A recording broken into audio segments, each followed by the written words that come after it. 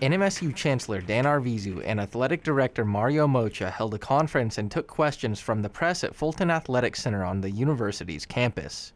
During the press conference, Chancellor Arvizu said he's repulsed by what's been happening. However, despite the state of the program, he has not lost faith in Mario Mocha. There are some issues that we need to see. Why did it take so long to understand that there was an issue? We will get to the bottom of that. Again, partially a coach's responsibility, partially a process responsibility, and we'll look at all of those things simultaneously. But I think there's plenty of evidence to support that this particular incident or a set of incidents is contained in our men's basketball program, primarily a coach responsibility, but the oversight of that is in question, and we will continue to look at that going forward. On February 10th, a member of the NMSU basketball team told police that beginning around July of 2022, he was a victim of multiple instances of hazing.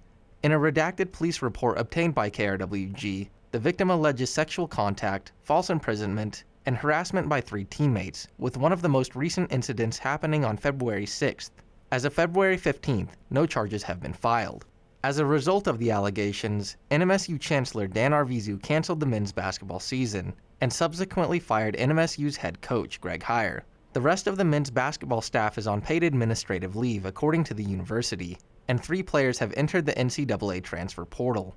New Mexico State's basketball season has been shrouded in controversy since NMSU player Mike Peake was involved in a shooting on the UNM campus last November that left 1 UNM student dead and 3 UNM students arrested. So far, no charges have been filed against any NMSU personnel in that incident, but investigations surrounding the incident are still ongoing. When asked if there was extra oversight of the program after the deadly incident in November, Mocha said that there was.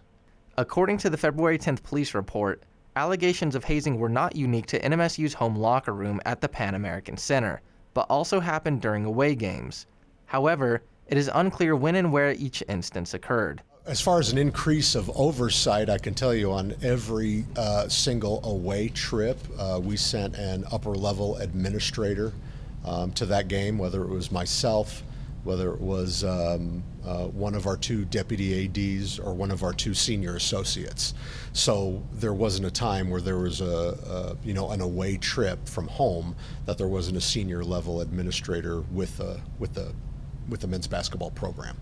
Arvizu said that the investigation surrounding the November 17th shooting hasn't been concluded, in part because it's been difficult to talk to Heyer. One investigation regarding that particular event is not completed, and part of the reason it hasn't been completed is that the coach has represented counsel, and it's been difficult to interview him. In the context of that, we've looked at all the surrounding evidence to essentially bolster our case for the termination of the coach, and in that context, that decision was made based on the information that we have at the current time.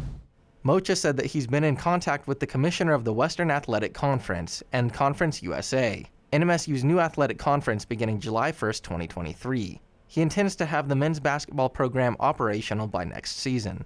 As far as the continuation of the program, there certainly are games left. Our focus right now is not to rush out and seek a new coach. We're trying to get a resolution to this circumstance, but we certainly intend on playing men's basketball next year, for the Aggies. In less than a year, the NMSU men's basketball program went from celebrating a first-round upset in the NCAA tournament against the University of Connecticut to being shrouded by controversy and ultimately shut down. For KRWG Public Media, I'm Johnny Coker.